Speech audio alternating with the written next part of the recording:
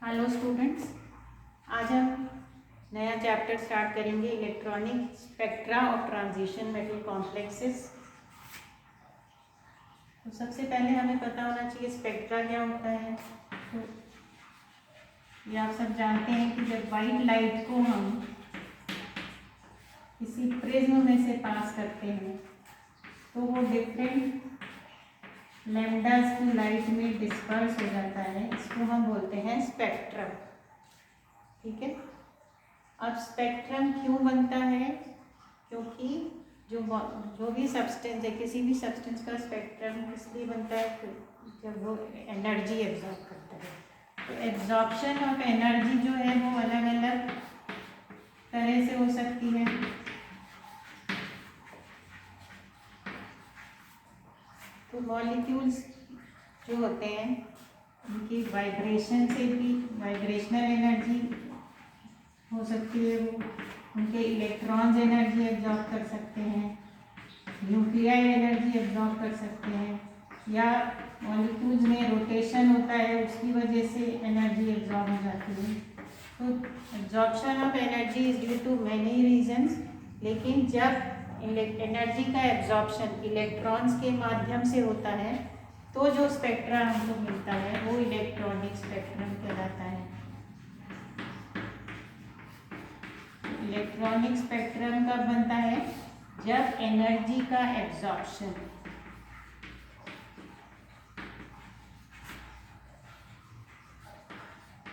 Is due two electrons. ठीक है, जब इलेक्ट्रॉन एनर्जी एब्जॉर्ब करते हैं तो जो स्पेक्ट्रम बनता है वो इलेक्ट्रॉनिक स्पेक्ट्रम होता है। तो स्पेक्ट्रम क्या होता है? ये एक तरह का ग्राफ है जो लैम्डा या फ्रीक्वेंसी और एब्जॉर्प्शन के बीच में ग्राफ होता है, जिससे हमको पता चलता है कि कोई भी मॉलिक्यूल कितनी एनर्जी एब्जॉर्ब करता है।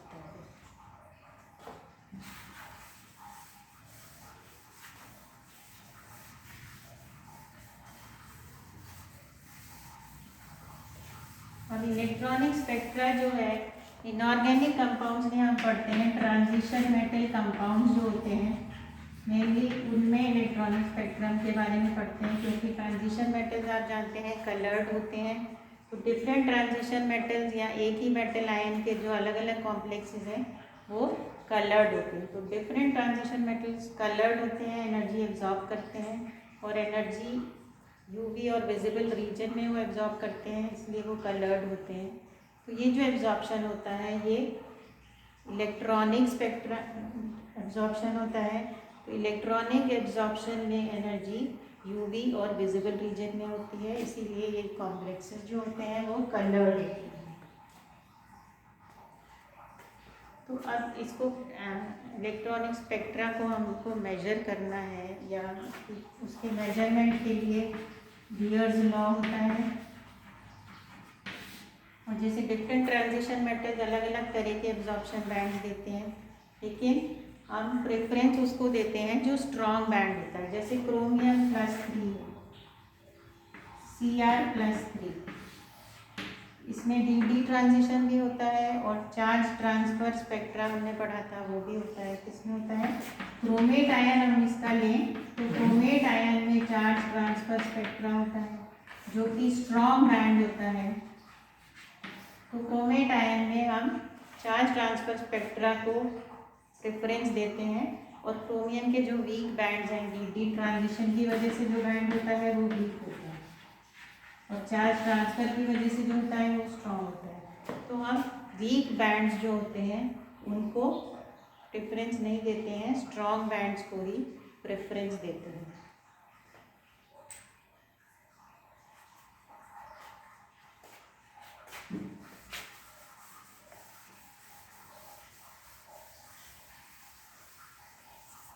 इलेक्ट्रॉनिक स्पेक्ट्रा से हमको स्ट्रक्चर के बारे में पता चलता है। किसी भी मॉलिक्यूल में कोई स्पेसिफिक ग्रुप है उसका हमको इलेक्ट्रॉनिक स्पेक्ट्रम से पता चलता है। जैसे अगर बेंजीन रिंग है आपके, उसमें तो बेंजीन रिंग एक पर्टिकुलर लैम्डा पे एब्जॉर्ब करती है, उसकी लैम्डा फिक्स्ड है। इलेक्ट्रॉनिक एब्जॉर्प्शन में अगर जब इलेक्ट्रॉनिक ट्रांजिशन होगा तो उसमें बेंजीन रिंग की पर्टिकुलर लैम्डा है जिस पे वो एब्जॉर्प्शन दर्शाती है। तो अगर वो लैम्डा आपके स्पेक्ट्रम में, इलेक्ट्रॉनिक स्पेक्ट्रम में वो लैम्डा की वैल्यू आती है, इस उसके लिए एब्जॉर्प्शन बैंड आता है, तो इसका मतलब आपकी कंपाउंड में फिनाइल रिंग है, बेंजीन रिंग है। ठीक है। अब टाइप्स ऑफ ट्रांजिशन, जो इलेक्ट्रॉनिक संक्रमण है या इलेक्ट्रॉनिक ट्रांजिशन है उसकी वजह से इलेक्ट्रॉनिक स्पेक्ट्रम बन रहा है। तो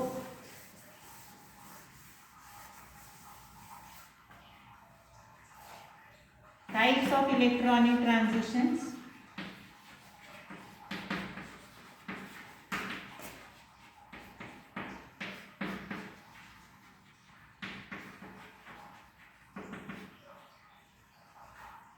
जो इलेक्ट्रॉन्स हैं आपके, वो जो इलेक्ट्रॉनिक स्पेक्ट्रम है वो आपको आउटर मोस्ट जो ऑर्बिटल्स हैं उनमें जो वैलेंस ऑर्बिटल्स में जो इलेक्ट्रॉन्स हैं उनके बारे में बताता है।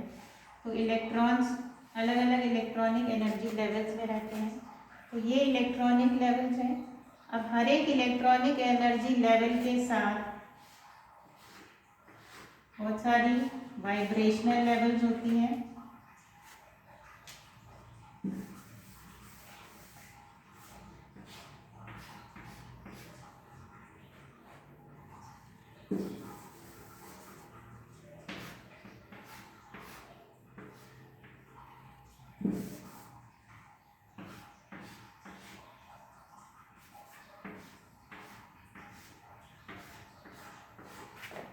ये है इलेक्ट्रॉनिक एनर्जी लेवल।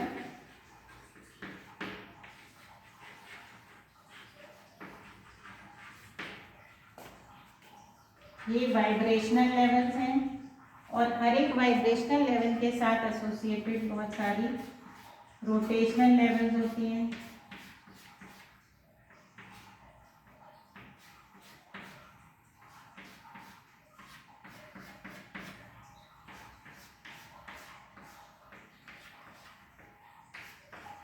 तो ये कौन सी हैं? Rotational levels. ठीक है। तो जब इलेक्ट्रॉनिक ट्रांजिशन होता है, इलेक्ट्रॉन यहाँ से यहाँ जाता है, तो इलेक्ट्रॉनिक ट्रांजिशन के साथ साथ इलेक्ट्रॉन, इसमें सबसे ज़्यादा एनर्जी हमको इलेक्ट्रॉनिक ट्रांजिशन में चाहिए। वाइब्रेशनल एनर्जी लेवल्स में डिफरेंस कम है इसलिए थोड़ी कम ऊर्जा लगेगी। रोटेशनल एनर्जी लेवल्स और भी अधिक पास है तो उसमें और भी कम ऊर्जा चाहिए। लेकिन अगर इलेक्ट्रॉन एक इलेक्ट्रॉनिक एनर्जी लेवल से यहाँ जा रहा है तो उसमें उसके साथ बहुत सारी वाइब्रेशनल और रोटेशनल ट्रांजिशंस भी होती हैं। तो इलेक्ट्रॉन यहाँ से यहाँ भी जा सकता है, यहाँ से यहाँ भी जा सकता है। तो इसमें इसलिए आपको जो इलेक्ट्रॉनिक स्पेक्ट्रा होता है उसमें हमको एक सिंपल लाइन नहीं दिखती है, हमको एक बैंड दिखता है, एब्जॉर्प्शन बैंड, क्योंकि एक इलेक्ट्रॉनिक ट्रांजिशन के साथ बहुत सारी वाइब्रेशनल और रोटेशनल ट्रांजिशंस भी एसोसिएटेड होती हैं, उसके साथ होती हैं। क्योंकि एक ही इलेक्ट्रॉनिक एनर्जी लेवल में बहुत सारी वाइब्रेशनल लेवल्स हैं और एक वाइब्रेशनल लेवल में बहुत सारी रोटेशनल लेवल्स हैं। ठीक है। तो इस तरह से एनर्जी का इलेक्ट्रॉन अगर यहाँ से यहाँ जाएगा तो ट्रांजिशन इन वाइब्रेशनल और रोटेशनल लेवल्स में भी होता है, इसलिए आपको इलेक्ट्रॉनिक स्पेक्ट्रम में एक बैंड मिलता है।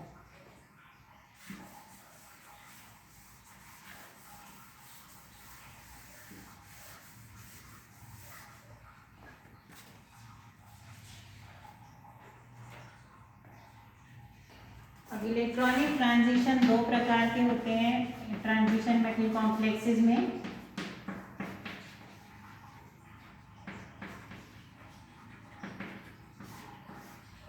D transition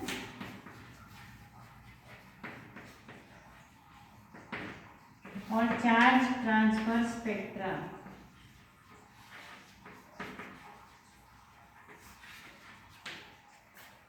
charge transfer transition. तो डी ट्रांजिशन में क्या होता है?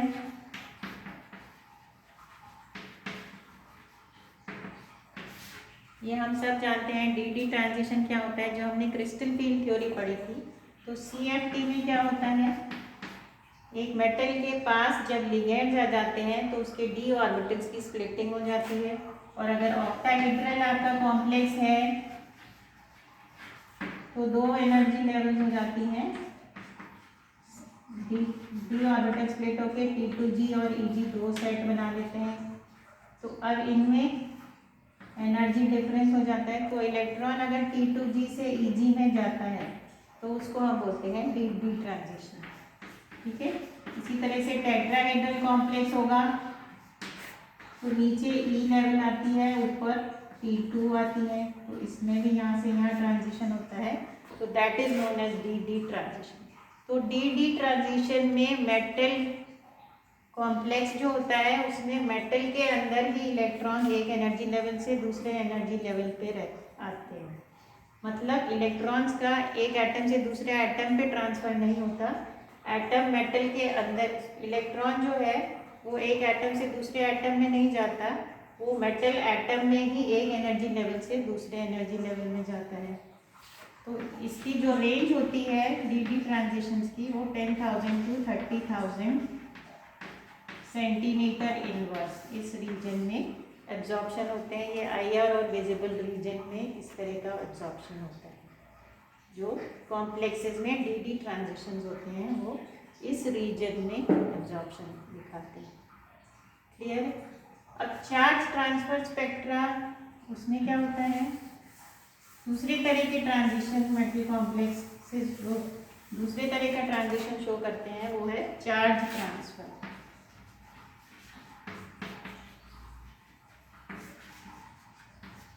चार्ज ट्रांसफर में क्या होता है, एक एटम से इलेक्ट्रॉन दूसरे एटम पे जाता है, तो इलेक्ट्रॉन यहाँ से यहाँ गया तो चार्ज भी ट्रांसफर हो जाता है।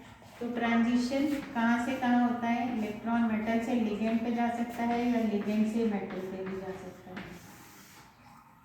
तो उसमें तो डी ट्रांजिशन में क्या हुआ था, इलेक्ट्रॉन्स एक ही परमाणु के इलेक्ट्रॉन्स एक एनर्जी लेवल से दूसरे एनर्जी लेवल पे जाते हैं। लेकिन चार्ज ट्रांसफर में एक एटम से दूसरे एटम पे इलेक्ट्रॉन का ट्रांसफर होता है। तो इसलिए इसको इलेक्ट्रॉन चार्ज पार्टिकल है, इसलिए चार्ज का ट्रांसफर हो रहा है, इलेक्ट्रॉन ट्रांसफर हो रहा है, मतलब चार्ज का ट्रांसफर हो रहा है। तो इस तरह के स्पेक्ट्रा को हम बोलते हैं चार्ज ट्रांसफर स्पेक्ट्रा। और ये होते हैं 1 लाख से 10,000 के बीच में, और मोस्टली जो होते हैं ये 50,000, मोस्ट कॉमन जो होते हैं 50,000 से 13,000, 13,000। इस पे इस तरह के इलेक्ट्रॉनिक ट्रांजिशंस होते हैं।